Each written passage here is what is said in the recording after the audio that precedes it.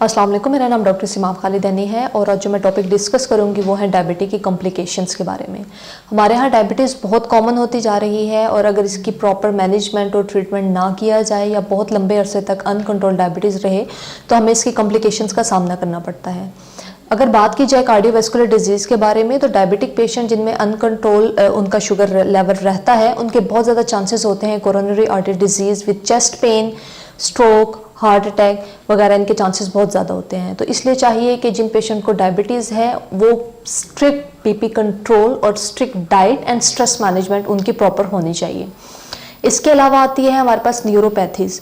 इसके अंदर lower limb neuropathy बहुत कॉमन है। इसमें नमनेस हो सकती है, टिंगलिंग हो सकती है, पेन हो सकता है जो कि मोस्टली टोज़ में, हील्स में होता है, लेकिन ये आहिस्ता आहिस्ता पेन ऊपर भी ट्रांसफ़र हो सकता है, यानी कि लिम्ब के साथ साथ ऊपर जाता है। इसके अलावा अगर डाइजेस्टिव सिस्टम की बात की जाए तो नोज़िया, वॉमिटिंग, कॉन्स्टिपेशन, डायरिया और इसके अलावा पेट में गैस का होना या खाने का हजम ना होना, इस तरह की कंप्लेन हो सकती हैं। इसके अलावा फूड डैमेज, न्यूरोपैथी की वजह से पेशेंट को अक्सर पता नहीं चलता, पाँव वगैरह में कोई ज़ख्म वगैरह हो सकता है और क्योंकि इन्फेक्शन के चांसेस बहुत ज़्यादा होते हैं तो शुगर के पेशेंट्स में गैंग्रीन बहुत ज़्यादा कॉमन होता है, जिसकी वजह से आपका जो लिम्ब होता है वो एम्प्यूटेट करवाना पड़ सकता है।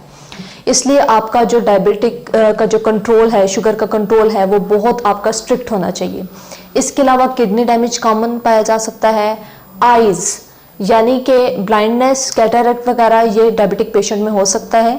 इसलिए अगर पेशेंट को अपनी आई साइट में कोई तब्दीली महसूस हो, धुंधलापन नज़र आए या ऐसा महसूस हो कि पर्दे गिर रहे हैं तो फौरी तौर पे अपने करीबी ऑफ्थेल्मोलॉजिस्ट के पास जाके अपना ट्रीटमेंट करवाएं। Skin conditions, bacterial and fungal infection बहुत कॉमन है डायबिटिक पेशेंट में। इसके अलावा भी आपको हेयरिंग इम्पेयरमेंट वगैरह और इस तरह के रेस्पिरेटरी ट्रैक इन्फेक्शंस वगैरह भी शुगर के पेशेंट्स में बहुत कॉमन होते हैं। इसलिए शुगर के पेशेंट्स को चाहिए कि वो हर 6 मंथ के बाद या अपना एनुअली अपना डिटेल्ड एग्जामिनेशन करवाएं। इसके अलावा strict diet control, sugar control और इसके अलावा हेल्दी एक्सरसाइज, ये बहुत जो है हमें इसके ऊपर ध्यान देना पड़ेगा ताकि हम जो है इसकी कॉम्प्लिकेशंस के ऊपर बहुत हद तक काबू पा सकें। Thank you.